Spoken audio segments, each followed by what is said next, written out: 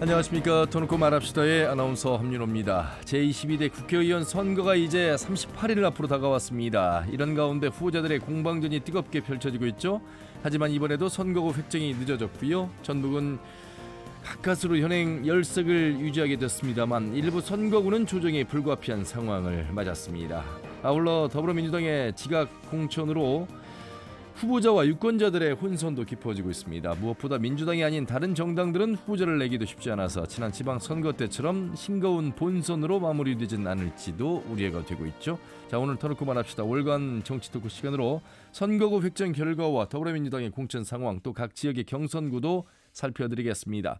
공천 탈락자들의 신당 연대 등 총선의 주요 변수도 함께 짚어보겠습니다.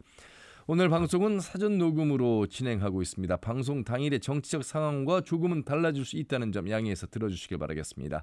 또 유튜브에서 터놓고 말합시다를 검색하시면 실시간 보기와 다시 보기도 가능합니다. 많은 의견도 올려주시길 바라겠습니다.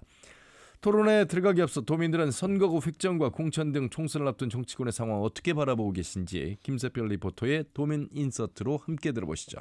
전북 의석수가 감소될 위기였다가 겨우 현행 유지로 합의했는데요. 앞서 민주당이 선거구 확정한 대로 가겠다고 전북의 의석수 감소를 주장했는데 이런 사태가 올 때까지 지켜만 봐온 민주당 의원들도 반성해야 할 것 같은데요. 무엇보다 전북의 정치력이 약하니까 경쟁의 도구가 되지 않았나 싶어서 씁쓸합니다. 전북 소외가 이어지지 않도록 노력해주고 그래서 도민들의 주권 행사가 더 중요해지지 않나 싶어요. 전북이 민주당 강세 지역이라지만 이렇게 늦게까지 공천 후보자가 정해지지 않았던 적이 있었나 싶어요. 유권자 입장에서는 후보를 검증할 기회나 시간을 박탈당하는 느낌인데 민주당이 공천을 하면 국민들은 무조건 따라야 하는 것인지, 어떤 선거구는 민주당 현역들이 강세를 보이면서 선거에 대한 절박함이라고 할까요? 그런 열의나 의지도 사라진 모양새고요. 일부 정당은 전북을 버리는 카드로 인식해서 중앙당의 지원도 없는 실정인데 유권자들은 더 선택권이 없게 되는 것 같아요. 더 적극적인 선거활동을 보여줬으면 좋겠고, 고소 고발이나 지방 의원들의 줄서기 논란도 많잖아요. 이런 모습이 정치 혐오로 이어지고 유권자들의 관심을 더 떨어뜨리는 것 같은데, 아니면 유권자들이 선거에 관심이 없기 때문에 구태 정치가 반복되고 있지 않나 싶은데요. 조직 선거로 여론이 왜곡되고 무능력한 정치인이 자리 잡지 않도록 노력해야 될 것 같습니다.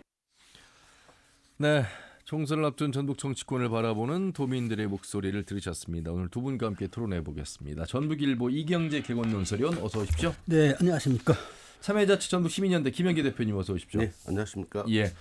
자, 이제 38일 앞둔 시점에서 오늘 녹음 시점은 금요일 40일이 남은 상황 속에서 정치 상황을, 선거 상황을 살펴봐야 되겠습니다. 아직도 공천 후보자가 획정 전이어서 뭐라고 이렇게 속 시원하게 이야기를 할 수는 없습니다만, 그래도 선거구 획정 이야기를 중심으로 해서 한번 살펴보도록 하겠습니다. 이경규 의원님, 네. 선거구 획정을 그동안에 뭐 19대, 20대, 21대를 보면 뭐 40일, 38일 뭐 근 40일을 앞두고 이게 결론이 나잖아요. 그러니까 물론 1년 전에 나야 될 이 획정안이 이렇게 늦어지면서 사실 뭐 후보자들의 혼선도 있습니다만 유권자들도 우리 지역구의 후보자가 누구야라고 이야기를 하는 상황이 이번에도 또 벌어졌습니다. 그나마 다행이라고 해야 될지 모르겠습니다만 9석으로 줄어들 수도 있는 상황에서 10석을 유지했다는 점, 이 부분은 한숨 돌리는 상황이 아닐까 싶습니다. 그렇습니다. 운동장이 결정되지 않은 상태에서 선수들이 뛰고 있는 그런 국면을 줄곧 봐왔는데요. 예. 사실은 법정 기한이 1년 전에 마무리하도록 되어 있거든요. 정당과 국회가 직무유기를 한 것이고, 또 특히 그렇다 하더라도 중앙선관위 획정안이 제시가 된 것이 12월 5일이거든요, 작년. 예. 벌써 2달 가까이 또 직무유기를 했고, 가까스로 이제 밀당을 해가지고 성사가 된 건데, 뭐 당리 당략 차원이건 어쨌든 성사가 돼서 전라북도 같은 경우는 열석 유지 이제 심리적 마지노선이 두 자수다 해갖고 열석 유지를 최대 목표로 추진을 해왔는데 일단 성취가 돼서 다행이긴 하지만, 예. 이런 모습을 보는 국민적 어떤 시각은 곱지 않을 것 같아요. 정당이랑 국회가 정말로 국민 눈높이에서 일을 하고 있는지, 그야말로 자기 어떤 당의 이익을 최우선으로 내세워가지고 밀당을 하고 갈등을 하고 대립하고, 또 국민들은 뭐 밀려나 있잖아요. 예. 네, 그런 측면을 보면서 아직도 우리나라 정치는 하위 정말로 옛날 이건희 삼성 회장이 정치는 사료다고 그랬잖아요. 기업은 2위. 근데 사료도 지금 제가 볼 때는 못 되는 것 같아요. 더 갈수록 떨어지고 있고. 일단 결정은 됐지만은 또 이제 우리 전라북도 지역 내에서도 변화가 있잖아요. 예컨대 인구 하한선이 13만 6,600명입니다. 인구 상한선이 27만 3,200명인데 이 기준에 벗어난 저희 전라북도가 문제가 된 지역이 김제 부안하고 남원 임실 순창 지역 두 군데가 인구 하한선 미달 지역이었거든요. 예. 익산이랄지 전주 병 지역 같은 경우 좀 덜어내고 그 옆에서 붙여가지고 이제 예. 가능한데 이제 두 지역이 문제였었는데 그래서 일단 김제 부안 선거구는 군산의 대야 회원 지역을 붙여가지고 인구 하한선을 넘게 만들었습니다. 그래서 군산, 김제, 부안의 갑을로 나눠가지고 옥구 대야 회원 지역이 한 선거구로 전체적으로 붙어 조정이 된 겁니다. 그리고 남원 임실 순창 지역도 인구 하한선 미달 지역인데 완주 임실 무주진안의 완주 무진장에서 장수군을 장수만, 남원 임실 순창에 붙여가지고 인구 하한선을 넘도록 만들어가지고 열석 지역구가 유지가 된 겁니다. 예. 자, 다시 한번 정리해드리겠습니다. 그러니까 전주는 그대로 갑을병 세 지역구가 현행이고요.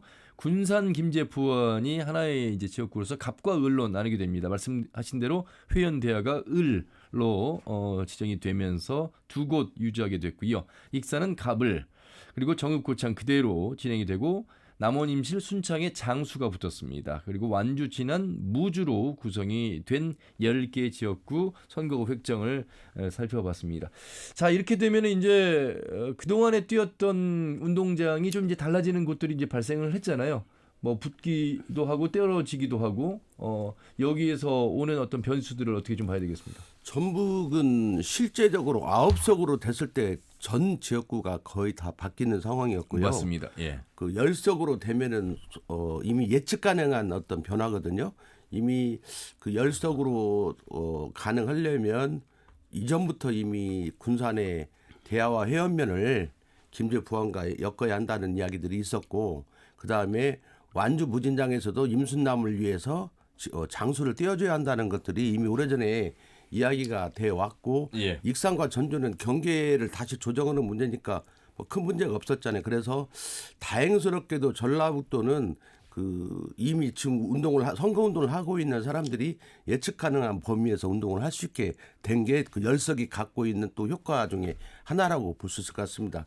다만 그 좀 이렇게 훑어보면은 이 선거구 획정위원회에서 전라북도를 9석을 만들게 된 원인은 저는 전라북도 국회의원들한테 있다고 봅니다. 왜냐하면 당시에 전라북도 인구가 줄으면서 언론도 마찬가지고 10석에서 8석으로 줄일 수 있다는 이야기를 많이 했어요. 그랬었죠. 그래서 9석만 유지돼도 어느 정도는 선방한 거 아니냐는 분위기가 작년에 많이 있었고 그러다 보니까 전라북도 의원들이 쉽게 말하면 10석을 사수하는 거에 대한 것보다는 어떻게 한 8석으로 안 가고 9석이라 유지하는 것도 하다 보니까 획정위에서도 물론 민주당이 강하게 그 당시에는 입장을 개진하지 않은 상태였고 국민의당과 획정위원이 아무래도 국민의당 양이 컸겠죠. 그러다 보니까 전라북도만 유일하게 모든 지역이 다 인구가 쉽게 말하면 감소되고 소멸위기인데 상징적으로 전라북도만 한 덕을 딱 갖고 나머지를 이렇게 하는 형태가 돼가지고 전라북도는 완전히 또 과거 새만금 잼버리 때 쉽게 말하면 잼버리 실패 타들 전라북도한테 덤태기를 썼잖아요. 그와 똑같은 방식으로 지역 구석을 유일하게 찌른 곳이 줄이게 된 것이 전라북도가 돼버리는 그래서 전라북도의 어떤 순환의 과정이 있는데 이 과정에 전라북도 정치권이 미리 포기해버린 것. 그래서 원래 선거구 획정은 날치기를 할 수 없거든요. 그러니까 충분히 설득하고 또 단순히 지금 인구가 줄은 곳이 전라북도만 있는 게 아니라 다 줄었어요. 지금 맞습니다. 지역은. 뭐 대구, 부산, 뭐 전남, 헐것이 다 줄었기 때문에 충분히 연대해가지고 공감대를 내서 더 이상 인구만의 기준으로 지역 구석을 줄이는 것에 대해서 반대하면 충분히 국민적 명분도 있고 또 연대 세력도 있었는데 그걸 일찌감치 포기해가지고 그냥 전라북도만 어떤 외로운 섬처럼 9석의 안을 몇 달을 갖고 있게 돼가지고 어떤 뭐라고 할까요? 어떤 정치력의 부재, 그 다음에 어떤 지비함의 부재 이런 것들이 막상 됐고 실제적으로는 정개특 의원, 이현택 의원 정도나 막 고민을 막 왜냐하면 본인의 지역구가 분해되기 때문에 예. 사활을 걸고 했고 나머지 의원들은 거의 둘러리로 방관한 측면들이 상당히 컸다 이렇게 보는데 다행스럽게도 이제 그 어떤 우리 전라북도 입장들이 민주당 안에서 받아들여지고 또 선거구 획정의안이 유감스럽게도 우리 전라북도한테는 불리한 9석이잖아요. 근데 나머지 지역에도 문제가 심각한 아니었거든요. 왜냐하면 부산이라든지 서울이라든지 강원도 이런 전남 여기도 쉽게 말하면 게리맨더링을 하지 않으면 안 되는 상황까지 갔기 예, 때문에 예. 그 선거구 획정위원회에서 마련한 안은 쉽게 말하면 지역구 253에 전라북도 한석이 주는 안은 국민의힘도 받아들일 수가 없는 안이었거든요. 그래서 예. 그런 여지가 있었기 때문에 협상력을 가질 수 있었고 그래서 우리 전라북도 입장에서는 9석을 이라고 하는 걸 극복하고 10석이 됐는데 저는 앞으로도 그렇게 봅니다. 왜냐하면 9석, 10석은 한 석 차이니까 별거 아닌 것 같지만 대단히 상징적인 의미가 있는 거고 앞으로는 선거구 획정을 하는 데 있어서 인구만으로 하는 갖고 지역을 줄이는 건 단호하게 막아낼 수 있는 어떤 이번이 기초가 돼서 앞으로 선거구 획정에서도 인구가 준다 한들 지역구를 줄이는 형태로는 가지 않고 예. 너무 집중되는 수도권이 조정한다 이런 형태로 갈 수 있는 방향타를 잡은 거 아닌가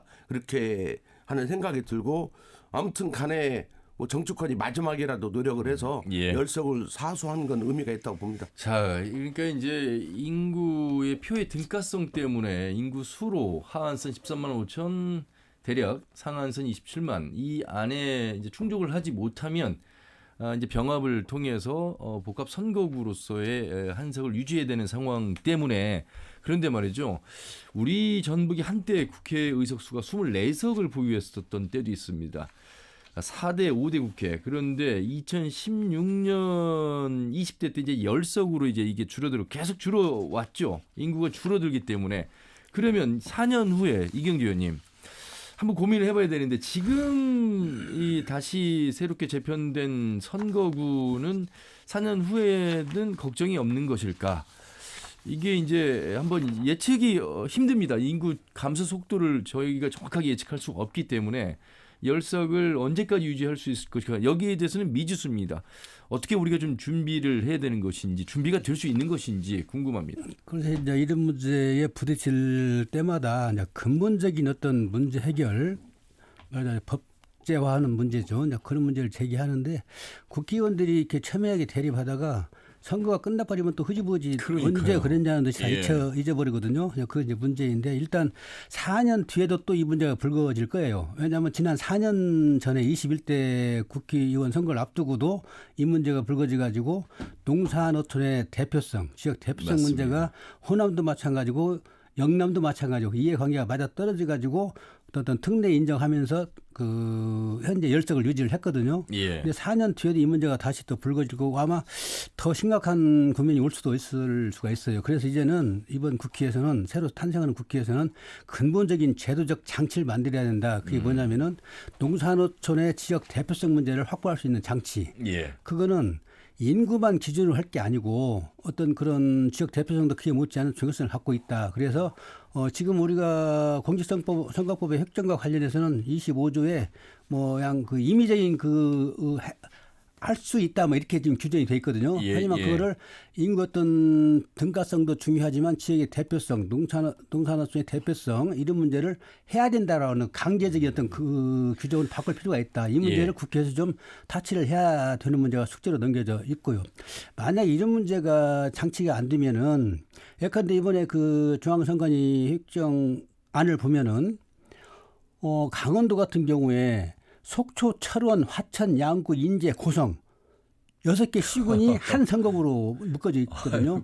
이게 서울 면적이 8배 이른다는 거예요. 예. 이렇게 돼서는 그 형평성도 맞지 않고 사실은 서울 같은 경우는 영등포니 영등포 가불 있잖아요. 그럼요. 인접지역은 똑같은 생활권이고 똑같은 그 문화적인 정서를 갖고 있거든요. 예. 근데 그런 데를 차라리 대표성을 줄이는 것이 맞다고 보는 예, 거거든요. 그렇죠. 근데 그런 데는 다 인구 때문에 가불병 쪼개지만은 아까 말씀드린 것처럼 속초, 철원, 화천, 양구, 인제, 고성 6개 시군이 한 개 선거구 이것도 말이 안 되는 거거든요.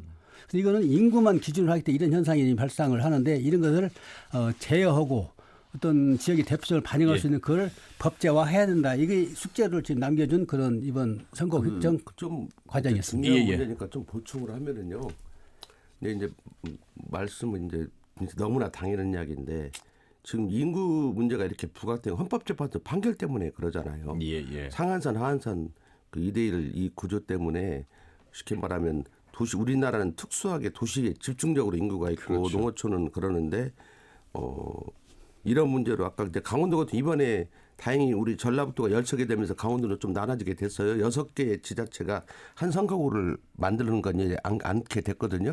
근데 전라북도 같은 경우는 장기적으로 보면 지금 김제부안 문제가 이번에는 군산에서 2개면을 뛰어갔는데 다음에는 또 3개면을 뛰어갈 수도 있고 이래서 그렇다면 김제 부안 군산은 장기적으로 뭔가 통합지자체를 운영한다든지 해가지고 미리 의원 그 인구 때문에 좀 군산에서 보충받은 이제 새만금을 또 같이 도시를 이렇게 한다든지 해가지고 인구 때문에 의석수가 주는 걸 막아야 하거든요. 그리고 지금 익산만 하더라도 한 4년 뒤에 가면은 두석을 유지하기가 어려울 수 있습니다. 이번에 턱걸이를 했잖아요. 맞습니다. 예. 턱걸이를 하고 나눠주기 해가지고 겨우 경계선을 조정해서 버텼는데 전체 인구 자체가 두석을 유지할 수 있을까 이런 생각을 충분히 예측이 가능하거든요. 그래서 예. 그런 것까지 생각하면 좀 합리적으로 이렇게 막 선거 때 닥쳐가지고 아니라 미리 지자체 좀 조정도 해놓고 가불도요 이런 걸 해놔서 선거 때 막 그것 때문에 특례라는 걸 만들어야 한다든지 이렇게 않고 이렇게 지금 이번에 이제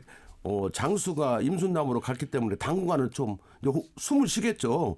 장수 인구가 갔으니까. 그렇지만 또 임순남이나 남원의 인구가 빠지면 또 그렇죠. 발생할 수 있기 때문에 좀 이런 문제도 지금부터 이렇게 종합적인 교육을 지자체하고 협의해가지고 미리 그 시군 경계선이나 이런 것들을 좀 사전에 조정, 통폐합이나 이런 걸 통해서 조정해 놔야 할 것 같고 또 한 가지는 결국은 이 문제가 우리 전라북도만의 문제는 아닙니다. 이번에도 전남에도 문제가 있었고 강원도에도 문제가 있었잖아요. 그러니까 인구가 급격히 다 줄고 있지만 급격히 줄게 되는 지역들은 다 문제가 되고 있는데 그렇다면 그 헌법재판소 판결을 다시 한번 새롭게 시도할 필요가 있다. 시대 변화에 맞게 인구 중심의 어떤 그 상한선은 그게 하나가 있고 장기적으로는 헌법을 개정해가지고 양원제를 해서 쉽게 말하면 인구가 적은 지역의 대표성도 똑같이 대우받을 수 있는 형태로 바뀌지 않으면 이런 문제는 앞으로도 지속될 수밖에 없을 것 같습니다. 예.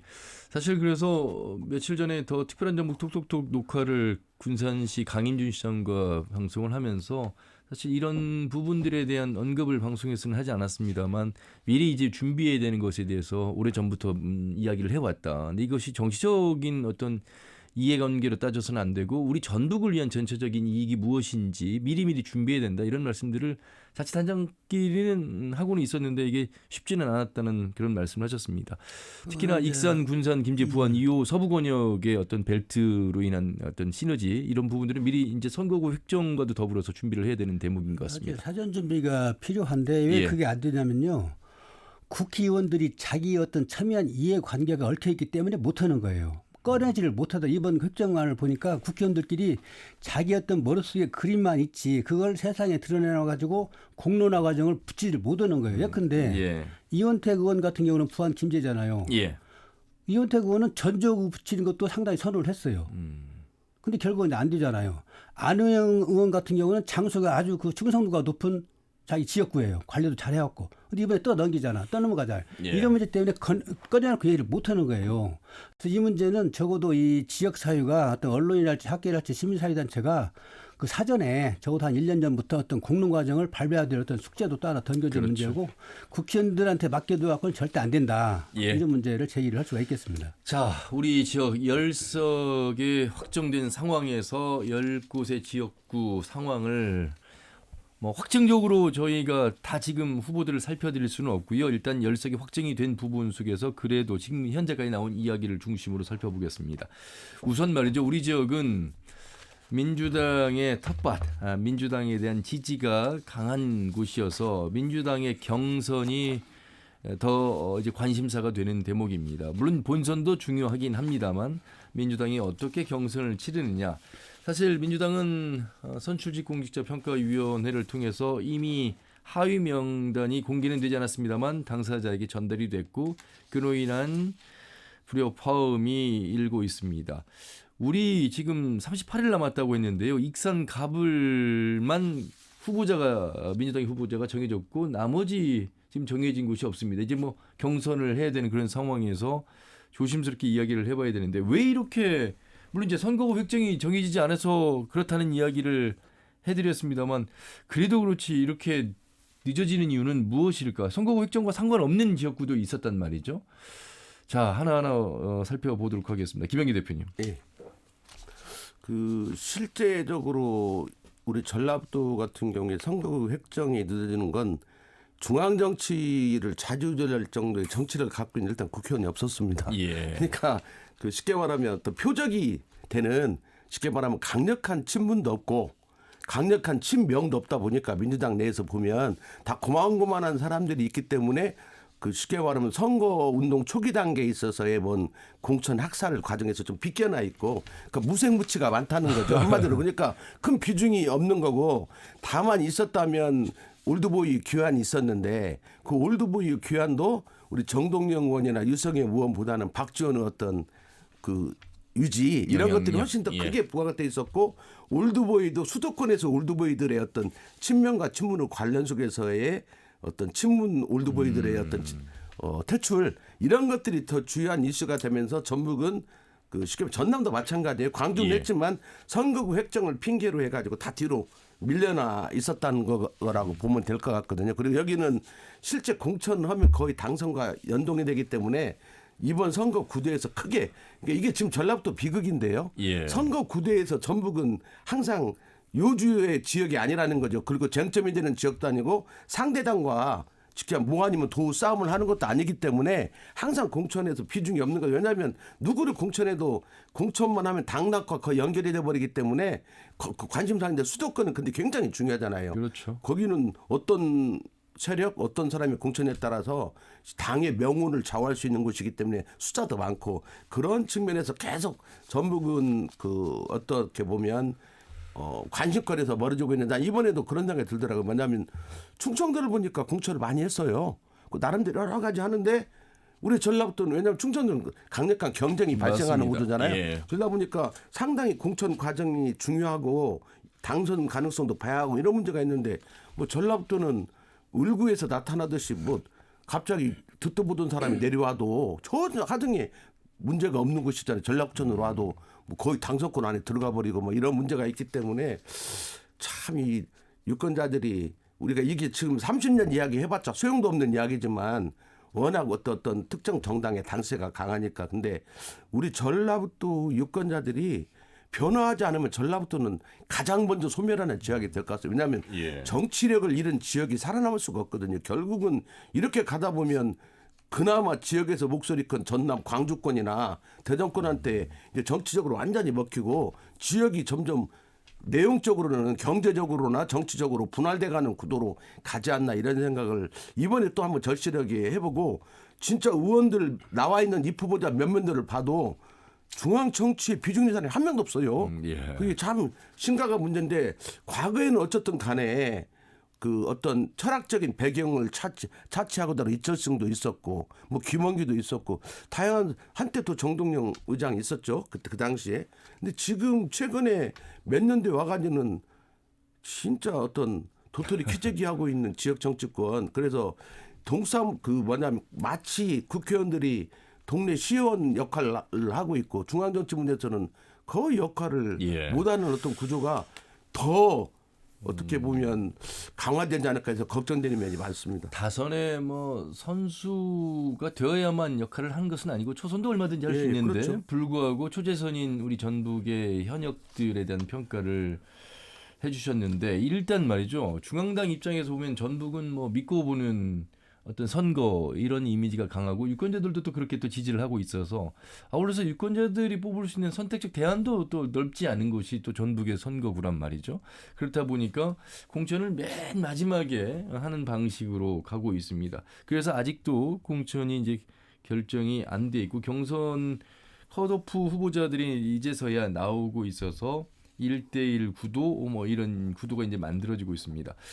하나 더 짚어봐야 될 대목이 이제 김영기 대표님이 지적해 주신 민주당 중앙당 차원에서 정부를 바라보는 시선을 우리가 눈여겨볼 수가 있었는데 신당 창당들이 많은데 우리 지역에서는 그 신당 창당 관련해서 후보자 보기도 좀 그 쉽게 볼 수 있는 그런 현상이 안 나타나고 있거든요. 이경재 의원님. 신당에 대한 뭐 관심 영향력 거의 뭐 없죠. 그리고 여론조사를 인용을 하면 거의 뭐 한 자리 숫자 뭐 그런 정도고. 그렇지만 이제 민주당 공천이 이제 마무리 될 정도 예. 되면은 아마 이제 이 낙수 효과라고 할까요? 떨어진 낙선자를 대상으로 그 아마 영입 지금도 이제 콜을 보고 러브콜을 보내고 있는데 그런 선에서 이제 마무리되었고 진영을 갖추지 않을까 싶은데 과연 그것이 전국적인 파격을 얼마나 가질 수 있을 것인지 그 대목이 상당히 효율적인 측면이고요.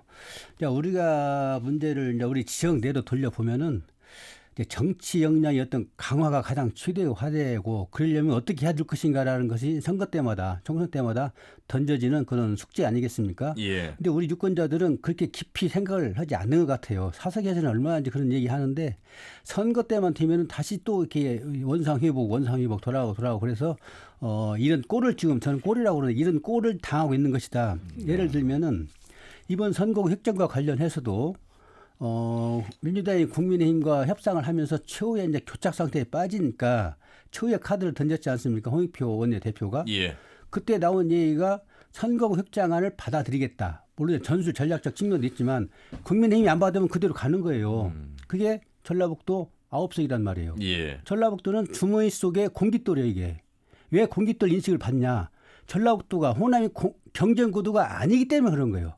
근본적으로 따지면은 예. 국민의힘이랄지 그 각 정당의 뭐 세력 분포가 꼭 원사이드는 아니지만 적어도 그 몇 석이라도 한두 석이라도 있으면은 그렇게 그렇죠. 주머니 속에 공깃돌로 생각을 않거든요. 그래서 경쟁 구도라는 거는 지역 이익이랄지 도민이익, 지역 발전과 중요한 그런 함수 관계가 있는 것이고 그렇게 하지 못하기 때문에 결정적인 지역 현안도 마찬가지고 이런 결정적인 문제 있을 때마다 전라북도는 항상 그 변수가 돼가지고 언제든지 버릴 수 있는 카드로 작동을 하고 있는 거란 말이죠. 예. 조금 돌이켜 보면은 잼버리 파해규 그 새만금 SOC에서는 대폭 무더기 삭감 칼질이 당했지 않습니까? 그때도 이런 문제가 나온 거예요. 전라북도 어떤 존재감이랄지 대외적인 유산이랄지 정치 역량 문제가 나와가지고 그때도 나온 얘기가 전라북도에 국민의힘 의원이 한두 명이라도 있었으면 지역구에 있었으면 이런 일을 당하겠느냐. 예. 전라북도가 이 잼버리가 충청도에서 열렸다고 한다면 이런 꼴을 당하겠느냐. 정부 여당이 이런 그 침해를 가하겠느냐. 이런 문제가 불거졌단 말이죠. 결국 이제 정치 역량 존재감인데 이런 것들을 어떻게 극복해야 될 것인가. 총선 때마다 나오지만은 선거 끝나면 또 없어지고 그래서 가장 중요한 거는 지역이 발전하려면은 경쟁 구도 그래야 정치 서비스가 높아지고 지역 주민 유권자가 대우를 받는다. 이런 교훈을 다시 한번 새기는 그런 총선이 지금 되고 있는데 예. 현재로서는 지금 계약 신당 이 얘기 나오고 뭐 저 새로운 미래 얘기 나오고 그러는데 양당의 어떤 그 정치 고착화가 너무나 심하니까 진영 고착화가 너무 심하니까 제3지대가 들어갈 영역이 지금 없는 거예요. 또 우리 지역만큼은. 유권자들도 별로 뭐 관심도 없을 뿐만 아니라 그래서 이제 이 공천 과정이 끝나야 이제 이 탈락한 사람들이 이제 뭉쳐가지고 또 집단 탈당할 수도 있는 그런 변수가 있고 그때 가봐야 좀 그 가늠할 수 있겠고 현재로서는 아주 미미한 상태에서 양대 진영이 지금 독점하고 있는 전국적인 구도가 계속되고 있다. 예. 그런 틈바구니에서 전라북도 경우는 그 존재감도 없고 주변에서 공깃돌 취급을 받고 있다. 이 현실이 예. 좀 안타깝다. 이렇게 정리를 할 수가 있겠습니다. 자, 오늘 토론은 참여자치 전북시민연대 김영기 대표와 전북일보 이경재 개원 논설위원과 함께하고 있는데요. 10개 중에서 익산갑이 제일 먼저 이제 민주당의 경선이 결정이 났잖아요. 자, 고상진 후보가 이춘석 후보를 지지하면서 단일화한 이후에 현역인 김수웅 의원과 삼선의 전 이춘석 의원 간의 대결 구도 속에서 이춘석 의원이 경선에서 이제 승리를 했습니다. 뭐 본선 주자가 됐다는 말씀 속에서 익산갑 아직은 김수홍 의원이 네. 그 문제 제기를 해가지고 최종 확정된 건 아니거든요. 48시간 이내면 시간이 지나서 확정이라고 봐야 되지 않겠습니까? 그렇죠. 아직 근데 네. 그 최종 발표는 안 했었는데 예. 그렇습니다. 예. 자, 익산갑은 그렇게 이제 본선에서 이제 상대 후보들과 선거 구도가 치러지게 됐고요. 전주 갑을 보면 사실 이제 신원식 예비후보가 민주당에서 탈당해서 신당으로 이낙연 전 총리가 이끄는 새로운 선택인가요? 미래. 새로운 미래. 너무 많아서 죄송합니다. 새로운 미래로 합류가 돼서 국민의힘과 이제 3파전이 예상이 됩니다. 김영기 대표님. 예. 근데 전주 갑 같은 경우는 그 쉽게 말하면 지금 이제 김윤덕 후보가 재선을 하고 있잖아요. 그리고 또 이번에 당내에서 어쨌든 사무부총장이 뭐 여러 명 이름만 들어갔잖아요. 이런 과정이 있다 보니까 쉽게 말하면 입질이 거의 많이 없었고 신원식 후보가 그나마 나름대로 일찍부터 준비를 한 것 같은데 어느 날 갑자기 또 당을 옮겼잖아요. 탈당을 하고 경선에 참여하지 않게 돼버리고 이런 과정에 있고 국민의힘에서도 지금 전주갑의 양정무 후보를 냈지만 그 어떤 각종 여론조사의 추이를 보면 아직 경쟁력을 갖고 있는 것 같지는 않고 그러다 보니까 저는 거의 이런 분위기로 가면 단수공천 받을 확률이 높은 거 아닌가 이런 생각이 듭니다. 왜냐하면 여론조사 차이에서 뭐 여러 가지 평가나 이런 데서 상당히 차이가 나면 뭐 단수공천을 해버리잖아요. 그래서 우리 전라북도에서도 지금 단수공천을 받을 수 있는 곳이 몇 군데가 있잖아요. 뭐 익산에도 하나 있고 아직 하조가 한병도 익산을 예비 후보라고 해야죠. 후보 지역도 있고 그다음에 김제부안 이번에 이제 지역구 확정이 됐으니까 대하 회원까지 포함하는 김제부안 지역구에도 각종 여론조사를 보면 차이가 많이 나거든요. 또 여론조사 상으로 보면 완주, 무주 지난 장소도 했는데 거기는 지역구가 바뀌어서 여론조사를 또 새로 해야 할 것 같아요. 보니까 장소가 빠져나가 버렸기 때문에 이제 그런 과정이 있는데 최근에 어떤 여론조사를 보면 그 다양한 어떤 기관의 여론조사 대략적으로 뭐 여론조사라는 건 뭐 100% 신뢰할 수 있는 건 아니지만 그런 어떤 지역으로 보면 전주갑이 어떤 그런 면에 있어서는 대단히 그런 쪽으로 근접해 있는 지역이 아닌가 이렇게 생각이 들어서 이미 선거가 거의 끝나버리는 그런 지역구가 지금 너무 많아요. 그래서 우리 전라북도는 다음 주만 지나서 민주당 공천이 어느 정도 일단락이 되면 뭐 울구나 이런 거는 또 결선이 있을 수 있고 이렇게 좀 늦어진다고 보면 한 등록도 전에 이미 선거운동이 식어버리는 지역으로 할 확률이 아주 높은데 이게 비극 유권자는 아직 투표할 준비도 안 돼 있는데 선거는 끝나버리는 이런 현상이 또 울구를 제외하고는 또 반복될 것 같아서 안타까운데 갑은 어쨌든 이번에 인후 1, 2동까지 받아가지고 또 유권자 좀 늘어났어요. 또 좀 늘어났는데 저도 갑에 주소를 두고 살고 있는데 저도 관심이 없습니다. 왜냐하면 이미 그렇게 경쟁이 발생하고 있지 않기 때문에 그런 문제가 있는 것 끝나버릴 같습니다. 수 있다는 말은 이제 우리 김영기 대표님의 이제 개인적인 생각인데 이제 워낙 민주당에 대한 지지가 강한 상황 속에서 그렇게 예측해 볼 수도 있다. 상대 이런 후보도 이렇게 오래전부터 이렇게 준비해 갖고 활동하고 있는 그런 게 없고 이러다 보니까 참 안타까운 면이 있는 것 같습니다. 자 전주 갑 상황은 그렇고요. 전주을 가봐야 되겠습니다. 시간이 많이 흘러서요. 자 이곳은 이제 국민의힘의 재선의 정운천 현역 의원이 있고요. 물론 비례이긴 합니다만 그리고 양경수 비례의원이 또 현역이고 강성희 지금의 전주의 지역구 의원이 또 현역 의원이 있습니다. 물론 민주당의 경선을 해야 되는 곳이긴 합니다. 국민 여론조사 100%로 치러지게 돼 있는데 여기 이제 인재 영입 이성윤 전 지검장이 후보로서 뛰어야 되는 상황. 5인 전략 경선, 2인 결선 투표 이렇게 이제 예상이 됩니다. 이경재 의원님. 네. 가장 관심 있는 지역 핫한 선거구가 전주을이 아닌가 싶은데요.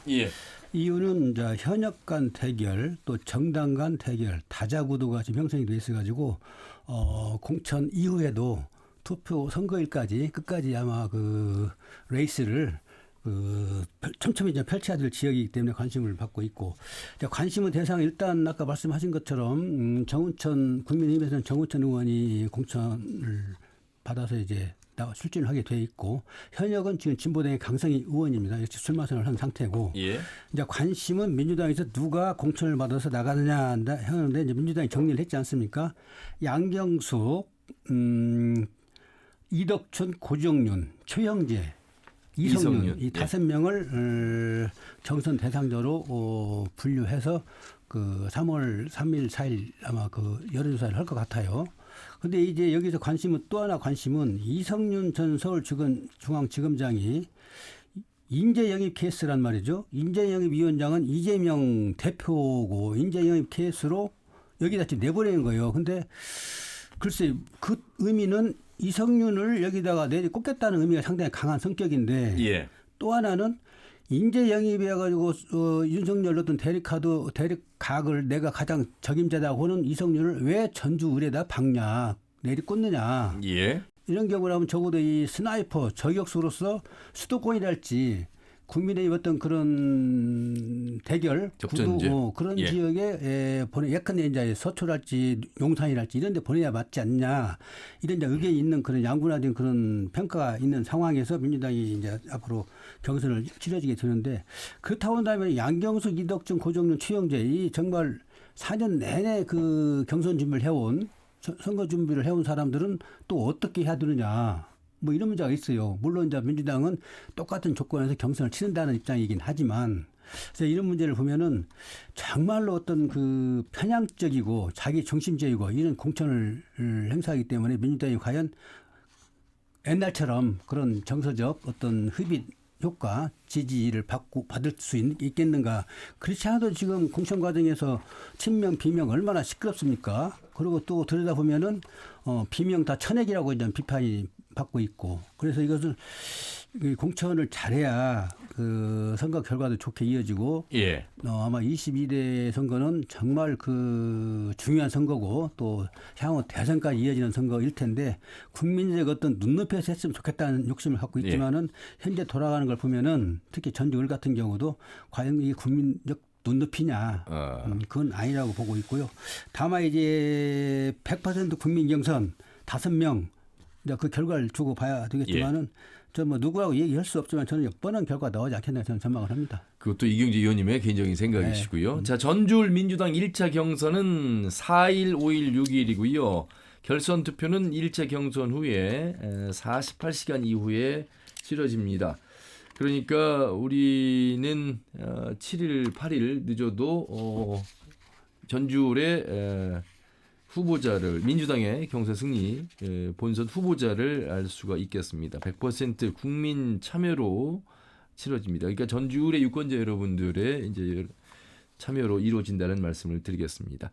전주병으로 가보겠습니다. 이곳 결국엔 현역인 김성주 의원과 정동영 전 의원 간의 리턴 매치로 벌어지게 됐습니다. 예측을 했는지는 모르겠습니다. 황현선 예비 후보가 이제 컷오프가 되면서 이렇게 됐습니다. 김영기 대표.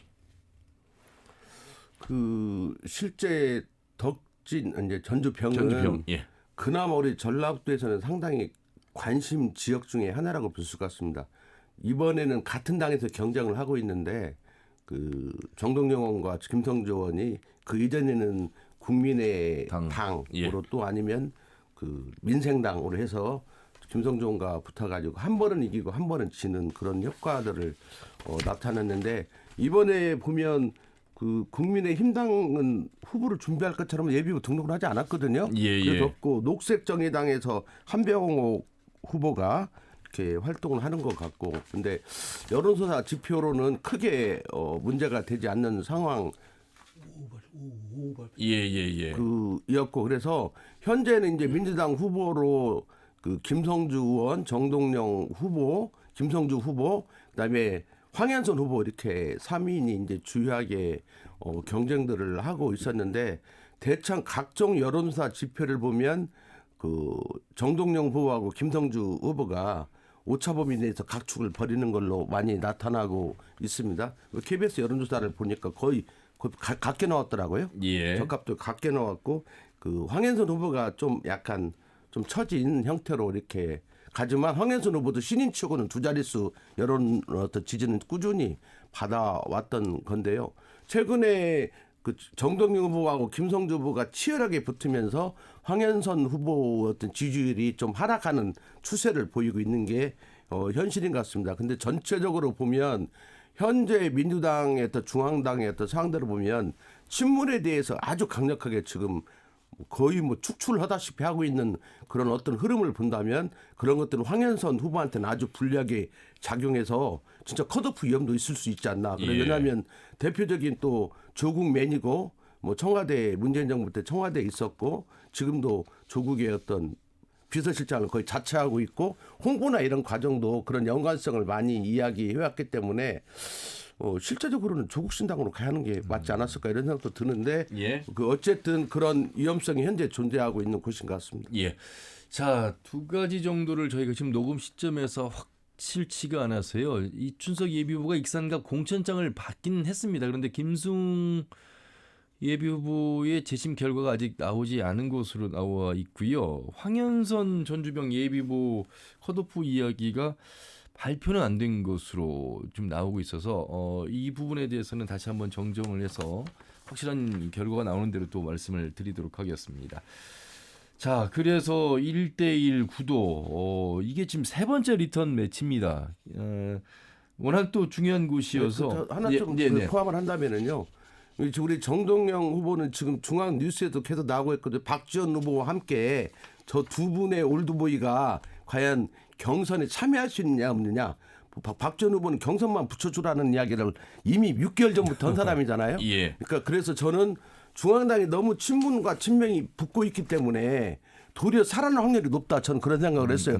왜냐하면 워낙 시끄러운데 또 박지원, 정동영까지 컷오프를 시킨다면 예. 그 또 나팔수단의 박지원은 또 특히 각종 방송에 나와서 또 그거에 대해서 얼마나 많은 이야기를 할 거며 그러면 더 그 현 민주당 지도부한테는 치명적이 되기 때문에 현재 국면으로 보면 정동영 예비 후보하고 박지원 후보가 컷오프 되지 않고 경선에 참여하지 않을까 그런 예상들을 하고 있습니다. 예.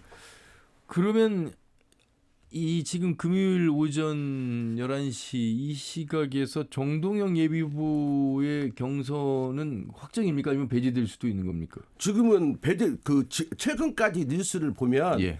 올드보이 두 사람은 배제를 계속 이야기해 왔거든요. 예. 중앙 쪽에서는 이미 그 올드보이 배제안이 뉴스에서도 많이 반영이 됐는데 최근에 그 민주당 중앙당의 분위기가 예사롭지가 않잖아요. 예. 워낙 지금 임종석이라든지 이런 몇 명 친문 좌장들을 제거 이렇게 컷오프 시키면서 반발이 워낙 심하고 고민정은 또 최고위원 사퇴를 해버리고 이런 예. 과정이 있어서 아무리 불도저처럼 밀어붙이더라도 또 이 두 사람은 친문 색깔이 없어요. 정동영, 박지원은 친문이라고 할 수는 없잖아요. 근다고 해서 친명도 아니지만 박지원은 본인은 자기가 가장 충성스러운 친명이라고 주장을 하잖아요. 그 윤석열 정부하고 싸운 뭐 이런 이야기를 하던데 최근에 또 여론조사나 그 이번 선거 획정이나 이런 것에 대응하는 정동영 후보를 보면 좀 무게감 있게 또 행동하는 측면이 있는 것 같고 그래서 예. 두 분들이 다 살아남지 않을까. 일단 경선은 참여해서 경선에서 이제 승부를 보지 않을까 알겠습니다. 생각이 듭니다. 방송은 일요일 오후 5시 5분이어서 조금 상황과 달라질 수 있다는 점 말씀드리고요. 그래서 전주병은 이제 민주당의 경선에 승리한 후보와 녹색정의당의 유일한 후보인 한병옥 예비후보 1대1 구도가 될 것 같고요. 익산갑 이춘석 민주당 후보와 이제 진보당 전건희 예비후보, 국민의힘 김민석 예비후보 이렇게 치러진다는 말씀을 드리겠습니다. 예, 이경재 의원님. 네.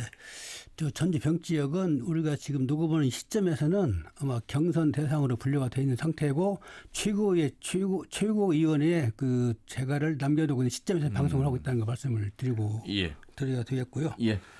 또 익산을로 가보실까요? 익산을로 아마 아까 이야기한 것처럼 30% 이상 1, 2위 차가 벗어나면은 단수공천 지역이거든요. 예. 아마 익산을도 한병도 의원이 단수공천 지역으로 지금 분류가 되어 있는 상태고 최고의 최종 그 재가만 남아 있는 상태로 보면 되겠습니다. 예. 자, 그리고 여론조사에 관련돼서는요, KBS와 전북일보가 공동으로 주최했고 한국 리서치에 의뢰했습니다.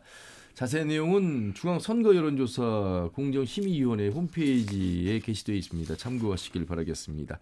자, 익산을 바로 이제 한병도 의원 지지도가 높은 곳이어서 상대적으로 주목을 덜 받고 있습니다. 아마 국민의힘에서 단수 공천한 문용회 예비후보 개혁신당의 황세현 예비후보 이렇게 해서 3파전 예측이 되고 있습니다.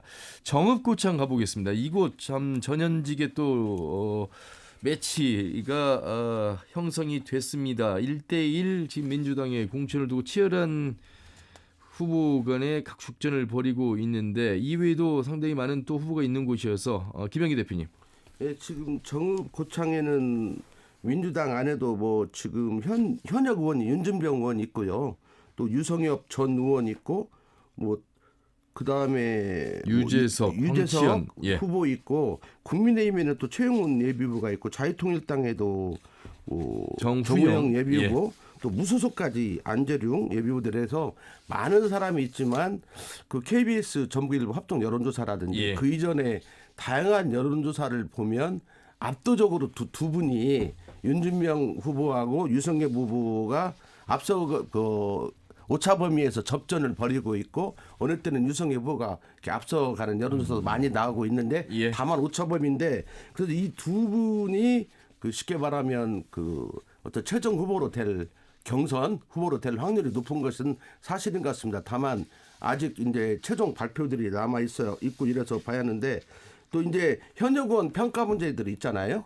지금 전라북도에 현역 하위 20%가 한 명 있다는데 대체 그 누군가가 지금 뭐 엄청 많이 이야기되고 있습니다. 한 명입니까? 두 명입니까? 한 명이라는 거 저는 알고 있는데 뭐 방송이라 거론하기는 그렇지만 좀 지나면 알게 되겠죠. 근데 당사자만 통보를 받았기 때문에 다른 지역은 이렇게 하위 20% 들어가면 기자회견하고 그랬거든요. 그러니까 그렇게 하지 않는 한은 알 수가 없습니다. 우리 전라북도는 그렇게 소신 있는 의원도 없는 겁니다. 자기가 들었으면 억울하다 하면서 기자회견 해야 하는데 절대 않고 있거든요. 그래서 그래서 지금 어디 지역에 현역 의원 뻔하잖아요. 그리고 뭐 단수 공천까지 예상되는 지역을 빼고 나면 현역은 몇 명 남지도 않거든요. 근데 그런 어떤 그만큼 언론이나 이런 데로 썰로 많이 지금 돌아다니고 있습니다. 그래서 어쨌든 유성엽 전 의원과 윤준병 의원의 어떤 리턴 매치가 상당히 기초가 주목되는 지역인 것 같습니다. 군산은 단일 선거구입니다. 신영대 현역 의원과 김의겸 현역 비례의원 간의 1대1 구도가 만들어졌습니다. 이제 최이배 후보가 김의겸 후보를 지지하면서 이렇게 된 곳이죠. 군산 어떻습니까, 이경규 의원? 군산도 아주 핫한 선거구가 돼 있어요. 신영대 김의겸 후보가 5차 범위 내에서 접전을 벌이고 있는 걸로 이제 분류가 되고 있고 또 구도도 그렇지만은 두 예비 후보의 캐릭터가 성향, 캐릭터, 이력이 또 겹치는 부분이 많지 않습니까? 군산 제1고 5년 선후배 사이고 둘이 또 운동구 출신이고 또 신영대 의원은 민주당의 대변인을 지냈고 김의겸 의원은 청와대 대변인을 지냈고 그래서 상당히 유사성이 많은 그런 후보끼리 붙어 있고 5차 범위 내에 지금 현재 있고 그래서 핫한 지역도 바로 이 군산 선거구인데요. 뭐 현재 시점에서 뭐 이렇다 저렇다 이야기를 좀 할 계제는 아닌 것 같고 다만 이제 지역적 분위기는 뭐 시장이 여러 편에 서 있다 또는 뭐 이런 이야기가 이제 오고 가고 그러는데 글쎄 그것들이 지역의 어떤 유권자한테 얼마나 뭐 영향이 미칠 것인가 또 반역작용도 있거든요. 그런 시장은 부분이. 선거 중립 의무가 있었어요. 이거는 법을 위반하는 것이었어. 그래서 그것이 뭐 누구 편을 뭐 거든다 어쩐다 하는 것이 좋은 측면은 아니고 또 역기능도 있을 수 있는 부분이고 그래서 역시 핫한 선거구로 분류를 해볼 수가 있겠습니다. 김제부안 바로 이제 선거 하한선 미달 지역이었는데 말씀드린 것처럼 군산 대여면과 회연면이 김제부안과 하나가 되면서 군산 김제부안 을 지역이 됐습니다. 어떤 영향을 미칠 수 있겠습니까? 이 부분은 이경규 의원님. 김제부안도 아까 말씀드린 것처럼 1, 2위 차이가 뭐 30% 이상 벌어질 경우 이제 단수 공천할 수가 있는데 아마 이 지역도 단수 공천이 되는 것 같고요. 이 부분은 이원택 의원이 워낙 지역 활동을 열심히 잘 해왔고 특히 이번 정개특위 활동을 하면서 당내에서도 뭐 박광계 의원 같은 경우가 뭐 상당히 열심히 하고 있다, 뭐 칭찬을 받았다는 그런 설도 있고 열심히 하고 있는 어떤 평가를 지금 받고 있는 것이 아닌가. 그거는 이제 여론조사에 나타난 지지율로 보면 그렇다는 얘기고 다만 이제 이런 지역에 뭔가 좀 경쟁 구도가 되면서 지역이 잘잘못을 좀 가려내고 세상에 드러냄으로써 빛도 좀 쪼이고 이제 그래야 되는데 예. 그런 구도가 안 되기 때문에 좀 안타까운 대목이 있다. 이제 이렇게 정리를 할 수가 있겠습니다. 예, 복합 선거구인 남원 임실 순창 지역에 이제 장수가 함께하게 되었습니다. 그리고 완주 진안 무주가 이제 하나의 선거구가 됐습니다. 이곳 하나하나 살펴보겠습니다. 남원 임실 순창은 말이죠. 지난 21일 때 이용호 의원이 무소속으로 당선이 된 곳이어서 민주당이 유일하게 한석을 놓친 곳 중에 하나가 바로 남원 임실 순창. 그런데 이용호 의원이 서울로 출마를 하게 되면서 이곳은 이제 무주공산이 됐습니다. 현역이 없는 가운데서 장수가 함께한 남원 임실 순창 장수 지역구 어떻게 봐야 되겠습니까? 현역이 이제 서울로 갔잖아요. 예, 예. 근데 또 뭐 당까지 또 갔고 그래서 여기는 이제 무주공산 지역으로 오래전부터 그 관심 지역인데 실제 여론조사나 이런 걸 보면 나와 있는 분들이 지금 박희승 씨, 성준우, 유한주, 그다음에 황희돈 뭐 이런 분들이 지금 이제 황희돈 후보는 이제 무소속이죠. 예, 김원종 민주당의 김원종 의원이 이렇게 했는데 예. 실제 이 지역은 아무래도 관심이 그 한때 지역협의장을 맡고 있던 박희승 전 판사죠. 뭐 지난번에는 이제 낙선했고 그 다음에 단체장을 역임했던 이완주 이렇게 이런 분들이 이제 주요하게 경쟁을 하는 것 같은데 예. 그 현재 과거에 또 국회의원 했던 분이 나오려고 하다가 또 접더라고요. 또 예, 나오려다 접고 이런 예. 과정이 있어서 현재로 보면 이 그런 분들이 그래서 이제 뭐 여러 그 경선에서 누가 이길 것인가 이게 귀추가 주목되는데 현역이 없기 때문에 예비 후보 한 3명 정도 해서 한 원포인트로 그냥 종다수로 해서 많은 사람을 뽑기 때문에 그런 의미로 보면 당 생활을 오래 한 분들이 좀 유리하지 않을까 이런 생각을 해봅니다. 예. 완주 진안 무주 이제 장수가 빠져도 여기는 선거구가 유지가 되는 곳입니다. 완주 진안 무주. 과거에 우리가 이 선거구를 얘기할 때 완주의 유권자가 진안 무주 장수를 합친 것보다 더 많다. 그런데 완주 출신의 후보가 당선된 지가 꽤 오래 전의 이야기, 언제인지도 모를 정도로 이런 이야기를 해봤습니다만 완주 진안 무주 어떻게 좀 분석해야 되겠습니까? 완주 진안 무주는 뭐 이번 최종 선거구 획정으로 이제 장수가 임순담으로 가게 됐잖아요. 예, 예. 근데 지금까지로 보면 이제 현역 의원으로 안혜영 의원이 있고 김종우, 두세훈, 정의균 예비 후보들이 나와서 활동을 하고 있고 자유통일당으로는 오덕순 후보가 활동을 하고 있는데 예. 실제적으로 각종 여론조사 지표를 보면 나머지 후보 전체가 안혜영 후보의 득표율에 못 미쳐요. 실제적으로는 많은 이렇게 후보들을 다 합쳐보면 그래서 그런 추이가 상당 부분 지속된 지역이기 때문에 여기도 잘못하면 단수공천 지역으로 되는 거 아닌가 이런 생각을 저는 했어요 개인적으로. 근데 예. 뭐 실제 이제 워낙 민주당의 어떤 예비 그 경선 후보 결정에 중앙당의 손바닥 안에서 움직이기 때문에 예측하기는 어렵지만 큰 변수는 없을 것 같습니다. 뭐 경선을 하더라도 예. 크게 그것도 복합 선거이기 때문에 그 현역이 유리하고 예. 왜냐하면 민주당세가 강하다 보니까 이 지역에서 힘이 있더라도 타 지역에서는 영향력이 없는 이런 문제 같고 쉽게 말하면 신인이 선거운동하기가 아주 어려운 지역이죠. 그렇죠. 이러다 보니까 현역이 절대적으로 우세한 예. 지역이 아닌가 생각합니다. 여론조사의 토대는 중앙선거여론조사 공정심의위원회 홈페이지에 게시되어 있습니다. 참고를 해주시면 되겠습니다.